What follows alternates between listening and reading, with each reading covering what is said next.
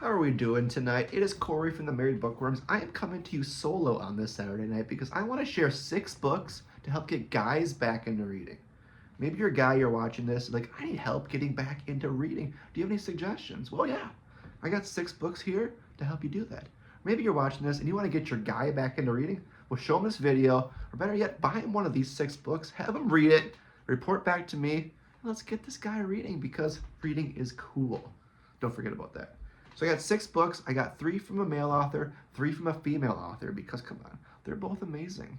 Let's just jump right into the books. We can talk more after. The first one is actually a book I read recently. And I gotta say, this book would be an excellent place to start from reading because it is nonstop suspense, ridiculously awesome book. It is No Exit by Taylor Adams. Yes, Taylor Adams is a male author. I know people get confused, but check this book out. I would say this book, is it the best written book in the world? No, of course not. But this book will grip you from start to finish. And what's amazing about this book, the whole book takes place over a 13-hour span. So it's literally nonstop suspense. There's not many characters to confuse you. Chapters are short, and it literally is heart-pounding suspense thriller from start to finish. Lots of twists along the way. And there's also a movie adaptation to check out after you read the book. Remember, read the book first, movie adaptation after. But I gotta say, I think this would be a great book to read. The pacing's amazing. 13 hours of crazy nonstop action. And I gotta say, once you read this book, I don't think you're gonna want to stop reading ever because it is so good, really enjoyable. I mean, there's not much more I can say about that. So that is No Exit by Taylor Adams. Check this one out. Next up, we got a book that you may have heard of, maybe not. There's also a movie adaptation about, actually it's a TV show on Apple TV. It is Dark Matter by Blake Crouch. This is more of a sci-fi, a little more of a different story. There's a lot going on. It deals with quantum mechanics and just living in different dimensions, a whole crazy thing. A lot of the same character in the book. You got to read to find out what I'm talking about. It's got a little bit of a love story to it, but something very different. I mean, this is a book that you're gonna not want to stop reading. In fact, I read it pretty quickly. I'm not a fast reader, but this book and No Exit I both read pretty quickly. I'm talking within a few days, which for me is very quick. But yeah, sci-fi, suspense, love story mashup. Really excellent book. I think if you're going to get back into reading, I would start with this one because, man, it is different. It is fun. It is crazy. There's a couple parts where my jaw was like, ah. So I don't know. I really enjoyed this book. There's a lot of buzz about it. I know a lot of people have really, really enjoyed it. But it'd be a great book to start reading again. That's all I can say. Up next is from an author you probably have heard of because he's written a zillion of books. It is Stephen King's Pet Sematary. So I read this book just this last October, and I gotta say, wow, very different from what I was expecting, but so intriguing, so crazy, so creepy. And this book has probably the best last 100 pages of a book you will ever read because it is so crazy, so bizarre, and so just like, what is going to happen with this book? Really enjoyable. I love this book. Probably a little more slower paced at first. It's a 400-page book, but the last 100 pages, I gotta say, are worth. This book is worth reading for the last 100 pages because they will blow your mind. So I gotta say, really good book.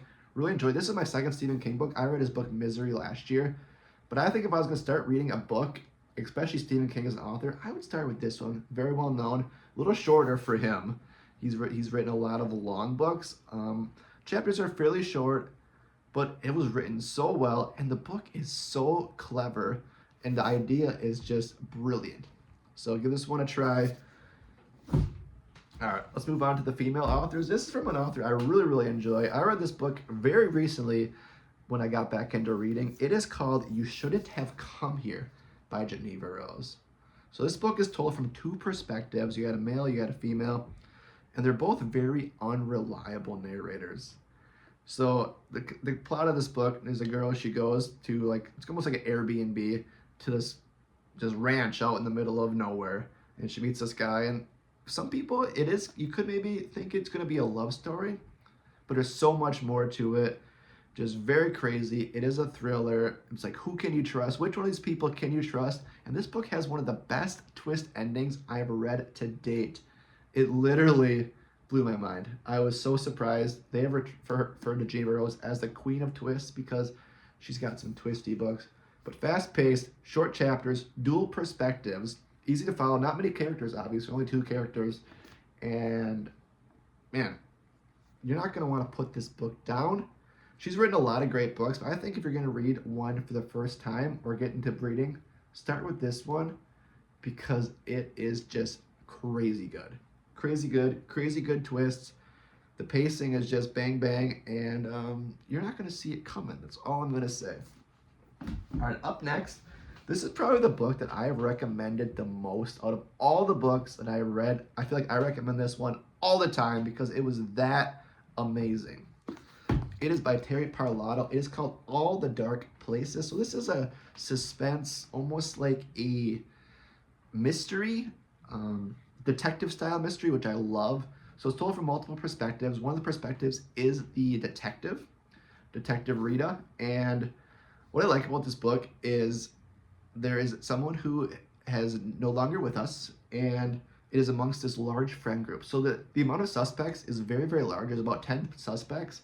And a lot of the book is taking place with the detective trying to figure out what happened, who did it, which one of his friends did it, and there's so many characters, which surprisingly is not very confusing to keep up with, but it just, the whole book you're thinking, who did it?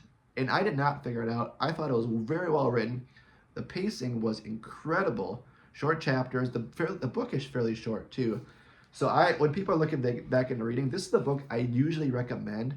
I would think this would be an excellent book to start with because I really enjoyed it. I thought it was so easy to read, just really bingeable, and I loved the detective style part of this book. I thought it was so well done, and I was really shocked by the ending, and I think you'll be too. So man, check this one out. If you're a guy, get this book. Let me know what you think because I want to talk about it. I think it's a great book. Last but not least, this is probably the book that will probably be the biggest surprise, but believe it or not, this is the book that got me back into reading 3 years ago. I picked this book up almost ironically, but after I read this book, I didn't stop reading because I enjoyed it that much. And believe it or not, it is this book here by Emily Hayback. It is called Shark Heart, A Love Story. So the reason I picked this book up is because one of the main plot points, well not the main, but a big plot point, is one of the characters mutates into a great white shark. I know it sounds crazy, because it is crazy, but that was the reason I picked up this book. But it actually is a really intense love story between husband and wife, but also between mother and daughter in 2 different aspects. But what's great about this book is the author, Emily, she's really big into theater, and she wrote the book almost as a playwright. So a lot of the pages are almost written as it's like a script or like a playwright. And just really, really good story. I loved all the mutation. Obviously someone mutating in a great white shark, it just sounds amazing. It isn't that big of a storyline, actually. There's a couple more mutations in the book, but just a book that I will never forget. This book holds a huge place in my heart because this is the book that got me back into reading. Maybe it'll get you back into reading, but I gotta say, any of these 6 books, give them a whirl.